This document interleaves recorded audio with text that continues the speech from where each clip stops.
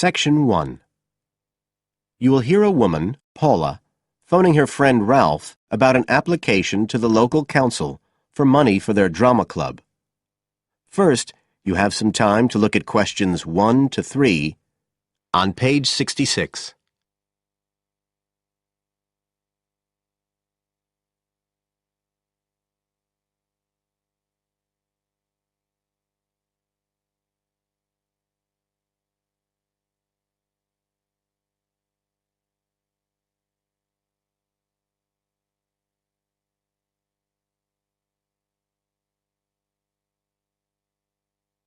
You will see that there is an example which has been done for you. On this occasion only, the conversation relating to this will be played first.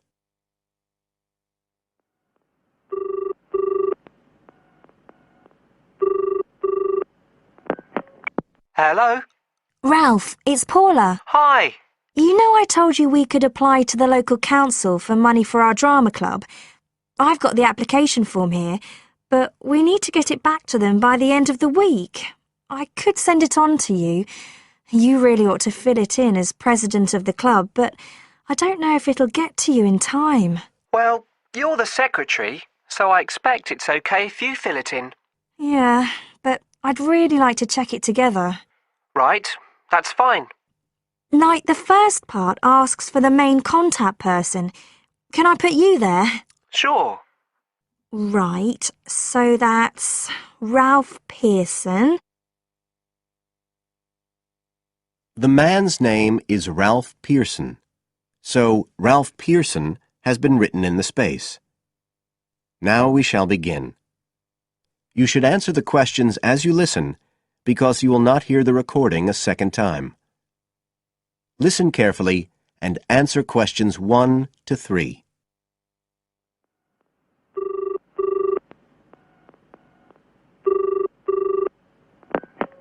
Hello? Ralph, it's Paula. Hi. You know I told you we could apply to the local council for money for our drama club. I've got the application form here, but we need to get it back to them by the end of the week. I could send it on to you. You really ought to fill it in as president of the club, but I don't know if it'll get to you in time. Well, you're the secretary, so I expect it's okay if you fill it in. Yeah, but I'd really like to check it together. Right, that's fine. Like, the first part asks for the main contact person. Can I put you there? Sure. Right, so that's Ralph Pearson. Oh, and then I need your contact address. So that's 203 South Road, isn't it? No, 2:30. Oh, sorry, I always get that wrong. Then it's Drayton. Oh, do you think they need a postcode? Better put it, it's DR6 8AB. Okay. Telephone number. That's 01453 586 098, isn't it? Yes. Right. Now, in the next part of the form, I have to give information about our group. So, name of group, that's easy. We're the Community Youth Theatre Group. But then I have to describe it. So, what sort of information do you think they want? Well, they need to know we're amateurs, not professional actors. And how many members we've got. What's that at present, 20? 18. And should we put in the age range? That's 13 to 22. No, I don't think we need to. But we'd better put a bit about what we actually do. Something like members take part in drama activities. Activities and workshops? OK. Right. That's all for that section, I think. You now have some time to look at questions 4 to 10 on page 66.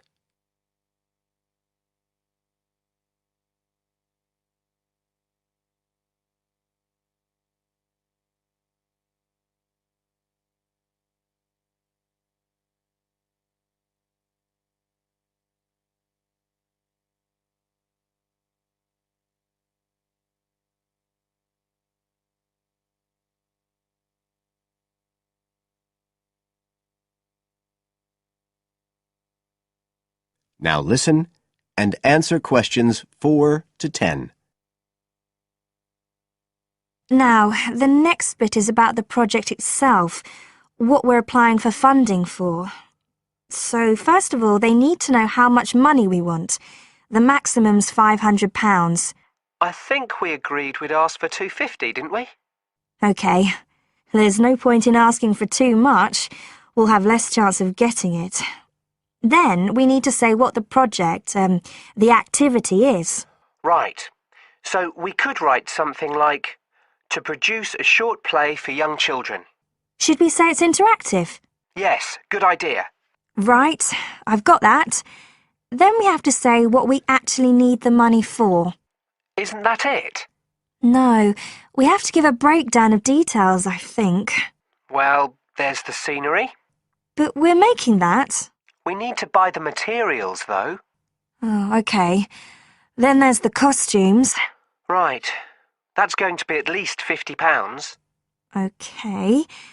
And what else? Oh, I just found out we have to have insurance. I don't think it'll cost much, but we need to get it organised. Yes, I'd forgotten about that. And we could be breaking the law if we don't have it. Good thing we've already got curtains in the hall. At least we don't have to worry about that. We'll need some money for publicity. Otherwise, no one will know what we're doing. And then a bit of money for unexpected things that come up. Just put sundries at the end of the list. OK, fine. Now, the next thing they want to know is if they give us the grant, how they'll be credited. What do they mean, credited? I think they mean how we'll let the public know that they funded us. They want people to know they've supported us. It looks good for them. Well, we could say we'd announce it at the end of the play. We could make a speech or something. They might prefer to see something in writing. We'll be giving the audience a programme, won't we? So we could put an acknowledgement in that? Yeah, that's a better idea. OK, and the last thing they want to know is if we've approached any other organisations for funding and what the outcome was. Well, only National Youth Services, and they said that at present funds were not available for arts projects. Right, I'll put that. And then I think that's it. I'll get that in the post straight away. I really hope we get the money. I think we've got a pretty good chance. Hope so anyway. Thanks for doing all this, Paula. That's OK. See you soon. Bye. Bye. That is the end of Section 1. You now have half a minute to check your answers.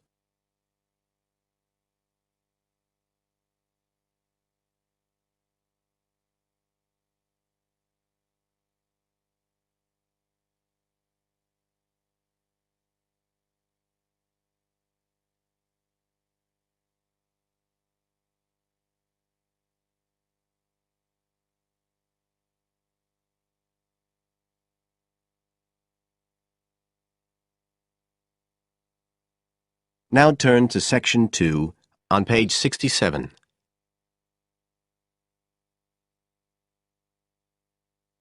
Section 2. You will hear Joanne describing her home city of Darwin in Australia to a man called Rob, who hopes to go there. First, you have some time to look at questions 11 to 15 on page 67.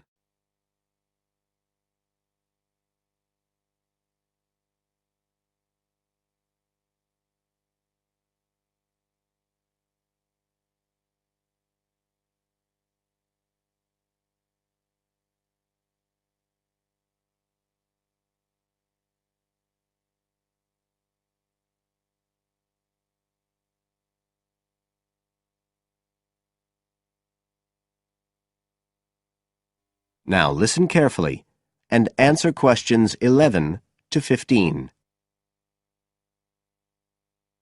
Joanne? Hi, you must be Rob. Nice to meet you. So, I hear you're planning to visit Australia. Yeah, and I really wanted to talk to you because I was thinking of spending some time in Darwin, and my sister told me you're from there. That's right. So, tell me about it. Well, where shall I start? Well, Darwin's in what they call the top end because it's right up at the northern end of Australia, and it's quite different from the rest of Australia in terms of cultural influences. In fact, it's nearer to Jakarta in Indonesia than it is to Sydney, so you get a very strong Asian influence there. That means we get lots of tourists. People from other parts of Australia are attracted by this sort of international cosmopolitan image. And as well as that, we've got the same laid-back atmosphere you get all over Australia, probably more so, if anything, because of the climate. But what a lot of the tourists don't realise until they get there is that the city's also got a very young population. The average age is just 29, and this makes the whole place very buzzy. Some people think that there might not be that much going on as far as art and music and dancing and so on are concerned because it's so remote. I mean, we don't really get things like theatre and opera in the same way as cities down in the south, like Sydney, for example, because of the transport expenses. But in fact, what happens is that we just do it ourselves. Lots of people play music, classical as well as pop, and there are things like artists groups and writers groups and dance classes. Everyone does something. We don't just sit and watch other people. You said it's very international? Yeah, they say there's over 70 different nationalities in Darwin. For instance, there's been a Chinese population there for over 100 years. We've even got a Chinese temple. It was built way back in 1887, but when a very bad storm, a cyclone in fact, hit Darwin in the 1970s, it was almost completely destroyed. The only parts of the temple that survived were part of the altars and the stone lions. But after the storm, they reconstructed it using modern materials. It's still used as a religious centre today, but it's open to tourists too, and it's definitely worth going to see it. Oh, and as far as getting around goes, you'll see places that advertise bicycles for hire, but I wouldn't recommend it. A lot of the year it's just so hot and humid. Some tourists think it'll be fine because there's not much in the way of hills and the traffic's quite light compared with some places, but believe me, you're better off with public transport. It's fine and not expensive. Or you can hire a car, but it's not really worth it. What's the swimming like? Well, there are some good beaches, but the trouble is that there's this nasty creature called the box jellyfish, and if it stings you, you're in bad trouble. So you have to be very careful most of the year, especially in the winter months. You can wear a lycra suit to cover your arms and legs, but I wouldn't like to risk it even so, personally. And there are the saltwater crocodiles too. I mean, I don't want to put you off. There are protected swimming areas netted off where you'll be safe from jellyfish and crocs, or there are the public swimming pools. They're fine, of course. You now have some time to look at questions 16 to 20 on page 68.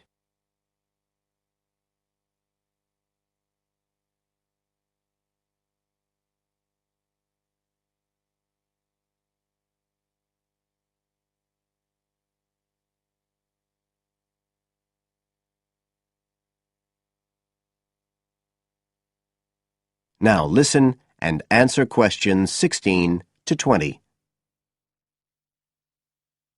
So which places would you specially recommend? Well, one of the most popular attractions is called Aquascene. What happens is every day at high tide, hundreds of fish come in from the sea, all different sorts, including some really big deep sea fish. And some of them will even take food from your hand. It's right in the middle of town at the end of the esplanade. It's not free. I think you have to pay about $5, but it's definitely something you have to experience. Then, of course, Darwin has a great range of food, being such a cosmopolitan place. And if you don't have lots to spend, the best place to go is to Smith Street Mall, where they have stalls selling stuff to eat. There's all sorts of different things, including Southeast Asian dishes, which I really like. You'd think there'd be plenty of fresh fish in Darwin, as it's on the coast, but in fact, because of the climate, it mostly gets frozen straight away. But you can get fresh fish in the restaurants on Cullen Bay Marina. It's a nice place to go for a special meal, and they have some good shops in that area too. What else? Well, there's the Botanic Garden. It's over 100 years old and there's lots to see. An orchid farm, rainforest, a collection of palm trees, a wetlands area. You can easily spend an afternoon there. That's at Fanny Bay, a couple of kilometres out to the north. Then, if you've got any energy left in the evening, the place to go is Mitchell Street. That's where it all happens as far as clubs and music and things are concerned. You'll bump into lots of my friends there.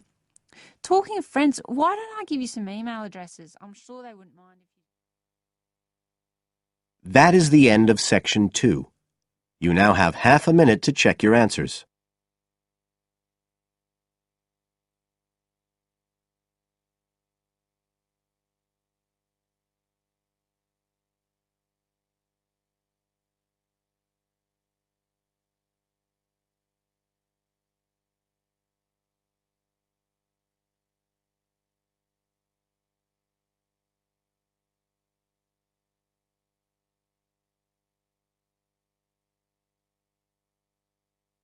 Now turn to Section 3 on page 69.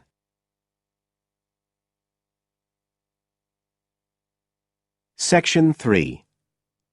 You will hear two university students, Phil and Stella, talking to their tutor about their research project. First, you have some time to look at questions 21 to 27 on pages 69 and 70.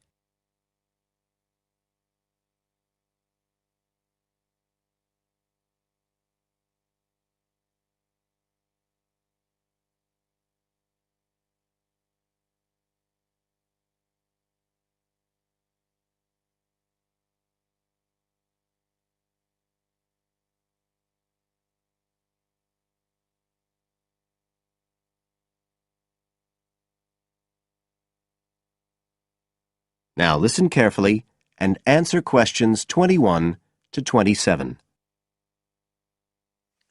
Come in. Ah, yes, Stella. Is Phil there too? Mm-hmm. Good. Come on in. OK, so you're here to discuss your research project. Have you decided what to focus on? You were thinking of something about the causes of mood changes, weren't you? Yes, but the last time we saw you, you suggested we narrowed it down to either the effects of weather or urban environment. So we've decided to focus on the effects of weather. Right, that's more manageable. So, your goal is, Phil? To prove the hypothesis, no. To investigate the hypothesis that the weather has an effect on a person's mood. Good. And what's your thesis, Stella? Well, our thesis is that in general, when the weather's good, it has a positive effect on a person's mood, and bad weather has a negative effect. Can you define your terms here? For example, what do you mean by good and bad? OK, well, good would be sunny, warm weather, and bad would be when it's cold and cloudy or raining. And how would you define an effect on a person's mood? What would you be looking to find? An effect on the way a person feels.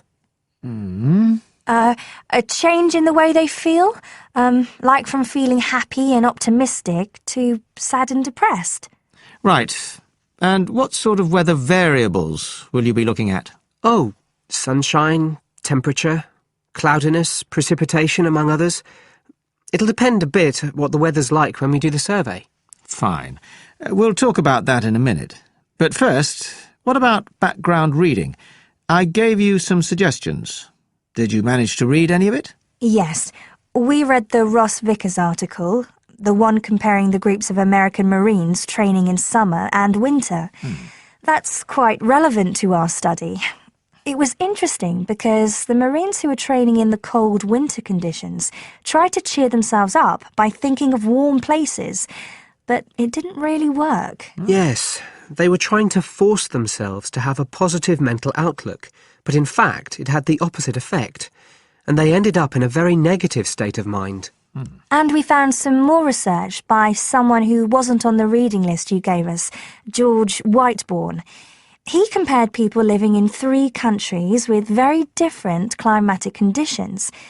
Actually, he looked at several things, not just the weather. But he found some people's reactions to bad weather were much worse than others, and it was linked to how stressed they were generally. The weather on its own didn't have such a significant effect on mood. And we looked at a paper by Haverton. Yeah, he broke weather up into about 15 or 16 categories and did qualitative and quantitative research. He found that humans respond to conditions in the weather with immediate responses, such as fear or amazement. But these responses can also be linked to associations from their earlier life, such as a particular happy or sad event. Did you have a look at Stanfield's work? Yes. It was interesting because the type of questions he asked was similar to what we were planning to use in our survey. Yes. He asked people how they were feeling on days with good and bad weather. He found the biggest factors seemed to be the humidity. Moods were most negative on days with a lot of rainfall. Long periods without sunshine had some effect, but nothing like as much. That could be quite a useful model for your project. Yes, we thought so too. Although we can't continue our survey for as long as he did.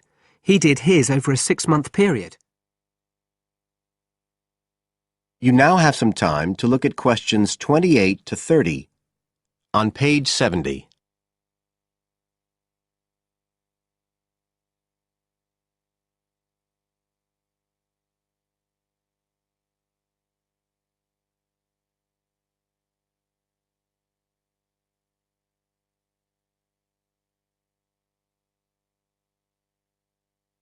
Now listen and answer questions 28 to 30. Right, well, you've made quite a good start. So, where are you going from here? Well, we've already made the questionnaire we're going to use for the survey. It's quite short, just 8 questions. We're aiming to survey 20 people over a period of 3 months from October to December. We can't specify the actual dates yet because it depends on the weather. We want to do the survey on days with a range of different weather conditions. And we'll just be working on campus, so our data will only be statistically sound for the student population here. That's okay. Have you thought how you'll determine what will constitute each aspect of weather, and how many you're looking at? We decided on 4. The amount of sunshine, cloudiness, temperature and precipitation. We thought we might use the internet to get data on weather conditions on the days we do the survey, but we haven't found the information we need, so we might have to measure it ourselves. We'll see. Then we've got to analyse the results, and we'll do that using a spreadsheet, giving numeric values to answers. And then, of course, we have to present our findings to the class, and we want to make it quite an interactive session. We want to involve the class in some way in the presentation, maybe by trying to create different climatic conditions in the classroom, but we're still thinking about it. I see. Well, that sounds as if you're on the right lines. Now, what I'd suggest that you think about, in addition to the work you... That is the end of section 3. You now have half a minute to check your answers.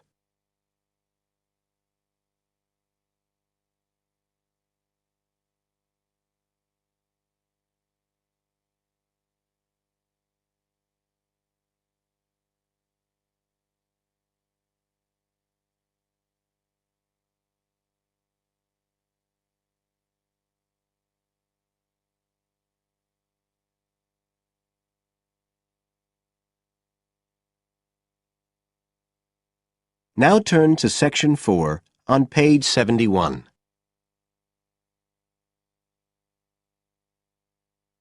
Section 4. You will hear a lecturer in education talking about some experiments done in the USA to investigate the effects of reducing class sizes. First, you have some time to look at questions 31 to 40 on pages 71 and 72.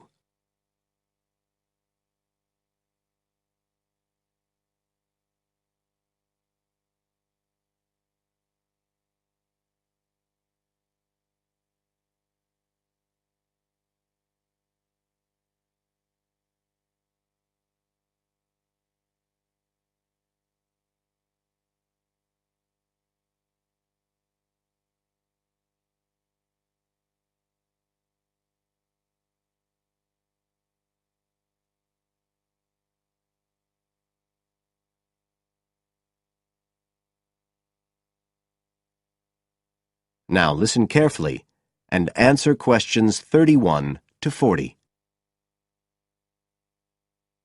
All over the world, there are passionate arguments going on about how educational systems can be improved.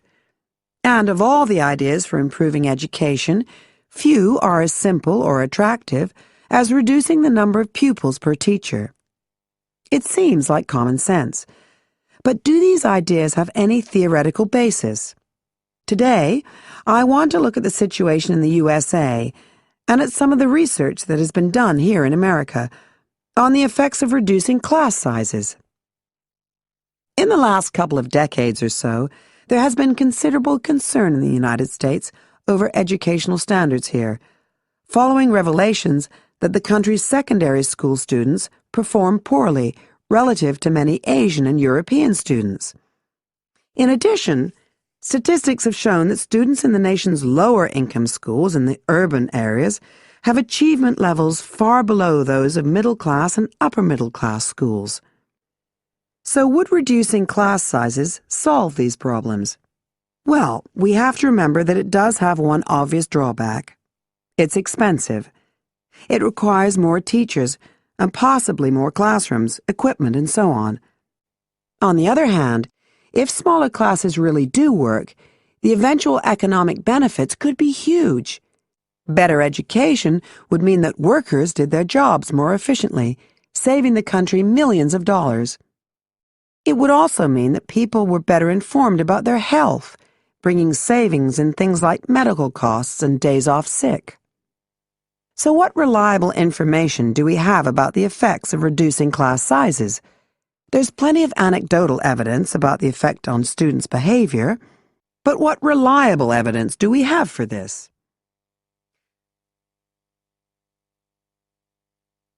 Let's have a look at 3 research projects that have been carried out in the USA in the last couple of decades or so. The first study I'm going to look at took place in the state of Tennessee in the late 1980s. It involved some 70 schools. In its first year, about 6,400 students were involved, and by the end of the study, 4 years later, the total number involved had grown to 12,000.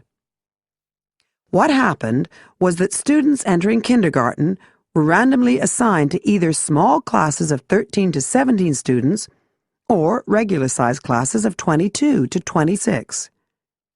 The students remained in whatever category they had been assigned to through the 3rd grade, and then, after that, they joined a regular classroom. After the study ended in 1989, researchers conducted dozens of analyses of the data. Researchers agree that there was significant benefit for students in attending smaller classes, and it also appears that the beneficial effect was stronger for minority students. However, there's no agreement on the implications of this. We still don't know the answer to questions like how long students have to be in smaller classes to get a benefit, and how big that benefit is, for example. The second project was much larger and took place in California. Like the Tennessee study, it focused on students from kindergarten through to grade 3, but in this case, all schools throughout the state were involved. The experiment is still continuing, but results have been very inconclusive, with very little improvement noted. And the project has, in fact, also had several negative aspects. It meant an increased demand for teachers in almost all California districts. So the better-paying districts got a lot of the best teachers, including a fair number that moved over from the poorer districts. And there were a lot of other problems with the project. For example, there weren't any effective procedures for evaluation. All in all, this project stands as a model of what not to do in a major research project. A third initiative took place in the state of Wisconsin at around the same time as the California project began, and it's interesting to compare the two. The Wisconsin project was small. Class sizes were reduced in just 14 schools, but it was noteworthy because it targeted schools at which a significant proportion of the students were from poor families, compared with California's one-size-fits-all approach. Analysts have found that the results are very similar to the Tennessee project, with students making gains that are statistically significant and that are considerably larger than those calculated for the California initiative. Now, I'd like to apply some of these ideas to the latest. That is the end of Section 4. You now have half a minute to check your answers.